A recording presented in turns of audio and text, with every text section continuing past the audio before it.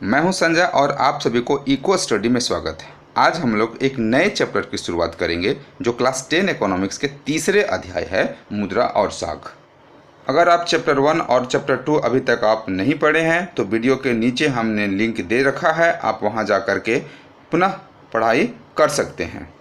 आइए तो हम लोग आज की वीडियो के बारे में चर्चा करते हैं और जानते हैं मुद्रा एवं साख में आज हम लोग क्या पढ़ने वाले हैं, अर्थात वीडियो के इस भाग में हम लोग क्या पढ़ने वाले हैं उसके बारे में सबसे पहले जानते हैं। वीडियो के इस भाग में सबसे पहले चर्चा करेंगे मुद्रा, दूसरा होगा वस्तु विनिमय प्रणाली, तीसरा होगा मुद्रा विनिमय का एक माध्यम है, तीसरा मुद्रा के आधुनिक रूप करेंसी चेक, और लास्ट में देखेंगे हम लोग बोर्ड एग्जाम में पूछे जाने वाले प्रश्न।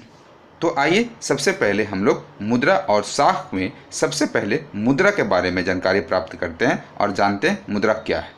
मुद्रा पैसे या धन के उस रूप को कहते हैं जिससे दैनिक जीवन में क्रय और विक्रय होती है। इसमें सिक्के और कागज के नोट दोनों आते हैं। आमतौर से किसी देश में प्रयोग की जाने वाले मुद्रा उस देश की सरकारी व्यवस्था द्वारा बनाई जाती है। भारत में मुद्रा का रूप रुपया और पैसा है। वर्तमान में मुद्रा प्रत्येक कार्य को आसान कर दिया है, परंतु क्या आपको पता है कि जिस समय मुद्रा का प्रचलन नहीं था उस समय खरीदारी किस प्रकार से की जाती थी? हाँ, उस समय खरीदारी वस्तु विनिमय प्रणाली के द्वारा की जाती थी। तो आइए हम लोग अब जानते हैं कि वस्तु विनिमय प्रणाली क्या है। वस्तु विनिमय प्रणाली अर्थात वस्तु के बदले वस्तु की खरीदारी करना। इसमें दो व्यक्तियों की सहमति से आपस में वस्तुओं का आदान प्रदान किया जाता था। अर्थात प्राचीन समय में जब मुद्रा का प्रचलन नहीं था, अर्थात मुद्रा का शुरुआत नहीं हुआ था, उस समय लोग वस्तुओं की खरीदारी वस्तु से करते थे, अर्थात वस्तुओं का आदान प्रदान करते थे। या यूँ कहें कि वस्तु विनिमय प्रणाली अर्थात वस्तु विनिमय प्रणाली उस प्रणाली को कहा जाता था जिसमें एक वस्तु के बदले दूसरी वस्तु का आदान प्रदान होता था। दूसरे शब्दों में किसी एक वस्तु का दूसरी वस्तु के साथ बिना मुद्रा के प्रत्यक्ष रूप से लेन देन वस्तु विनिमय प्रणाली कहलाती है।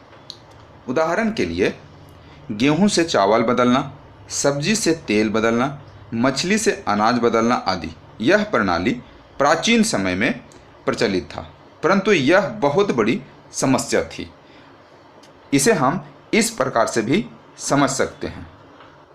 मान लीजिए एक जूते बनाने वाले व्यक्ति को गेहूं की आवश्यकता है, तो वह व्यक्ति जूते लेकर गेहूं बनाने वाले व्यक्ति के पास जाता है और कहता है कि आपको गेहूं के लिए मैं आप जूते दूंगा, परंतु गेहूं वाला व्यक्ति अर्थात किसान कहता है कि मुझे जूते नहीं चाहिए, मुझे कपड़े चाहिए। तो इस परिस्थिति में यहाँ खरीदारी नहीं होगी, क्योंकि जूते बनाने वाले व्यक्ति को गेहूं चाहिए, लेकिन गेहूं जिसके पास है उसे जूते नहीं चाहिए, कपड़े चाहिए।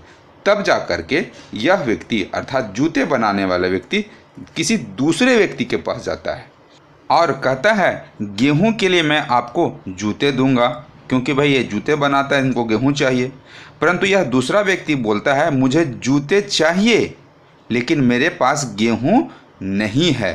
तो इस परिस्थिति में भी यहाँ भी कोई खरीदारी अर्थात वस्तुओं का आदान प्रदान लेन देन नहीं होगा। अब यह जूता वाला व्यक्ति किसी तीसरे व्यक्ति के पास जाता है और फिर कहता है मैं गेहूं के लिए आपको जूते दूंगा क्योंकि इसे गेहूं चाहिए। यहाँ पे एक किसान गेहूं के बदले जूते लेना पसंद करेगा, अर्थात यहाँ पे इन दोनों व्यक्तियों की आवश्यकताओं की पूर्ति हो जाएगी, क्योंकि जूते वाले व्यक्ति को गेहूं चाहिए और गेहूं वाले व्यक्ति को जूते चाहिए। इस प्रकार से यहाँ पे दोनों व्यक्तियों की आवश्यकताओं की पूर्ति हो गई। यह कार्य बहुत ढूंढने के बाद पूरा हुआ, इसलिए इसे आवश्यकताओं का दोहरा संयोग भी कहा जाता है। अब हम लोग कुछ महत्वपूर्ण तथ्यों को जानते हैं। आवश्यकताओं का दोहरा संयोग एक बड़ी समस्या है, क्योंकि इसमें आवश्यकता को पूरा करने के लिए वैसे व्यक्ति को ढूंढना पड़ता है जो एक दूसरे के आवश्यकताओं को पूरा करे, जो बड़ी समस्या है। अब हम लोग मुद्रा विनिमय का एक साधन है के बारे में जानकारी प्राप्त करेंगे। और उसमें हम लोग देखेंगे मुद्रा आवश्यकताओं का दोहरे संयोग की समस्याओं को सुलझाती है। और किस प्रकार सुलझाती है इसके बारे में हम लोग यहाँ पे देखेंगे। प्राचीन समय में जब मुद्रा का प्रचलन नहीं था, उस समय वस्तु विनिमय प्रणाली अर्थात अपनी आवश्यकता को पूरा करने के लिए वैसे व्यक्ति को ढूंढना पड़ता था जिससे दोनों व्यक्ति की आवश्यकता पूरी हो सके, जो बड़ी समस्या वाली स्थिति थी।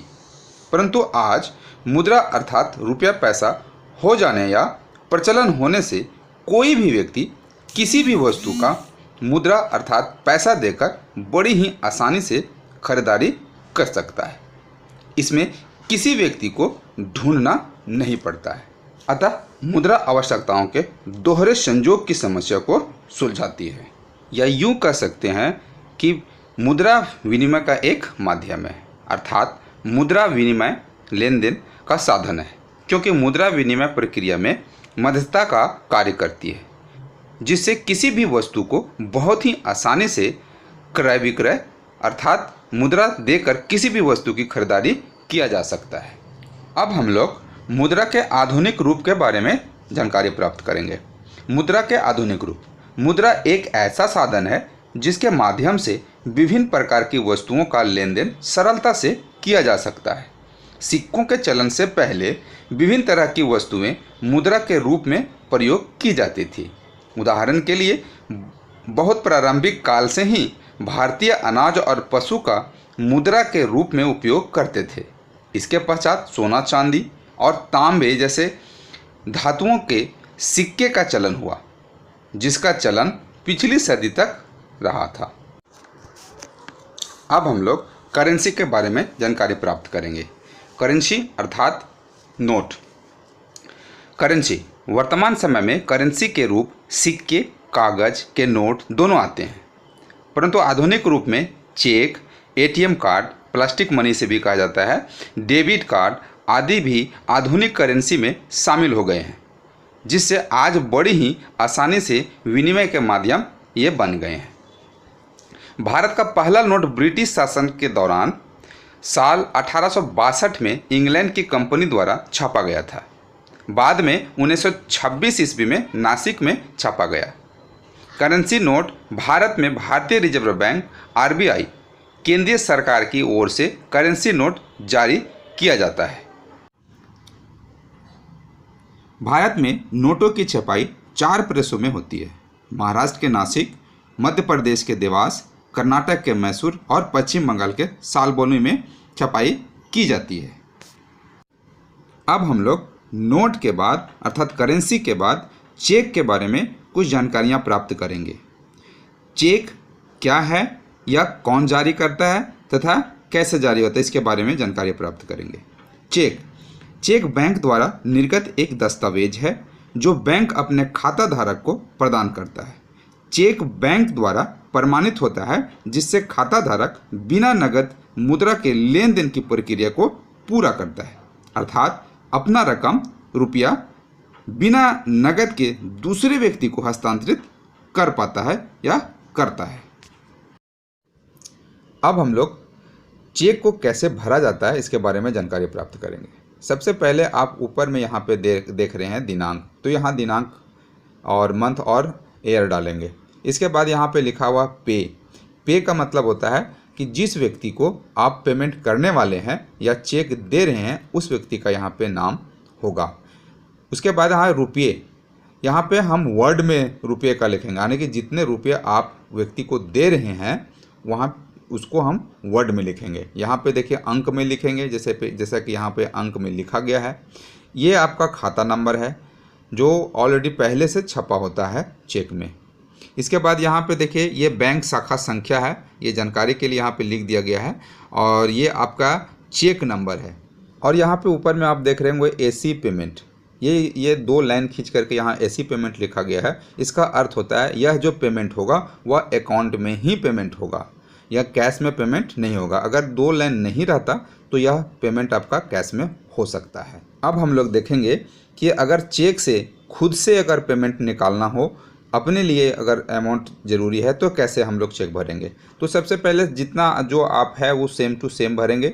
सिर्फ अंतर यही है कि यहाँ पे जो हम वहाँ पे नाम लिखे थे उस व्यक्ति का, उसके जगह में सिर्फ सेल्फ लिखाएगा। क्या लिखाएगा? सेल्फ लिखाएगा, बाकी सेम रहेगा।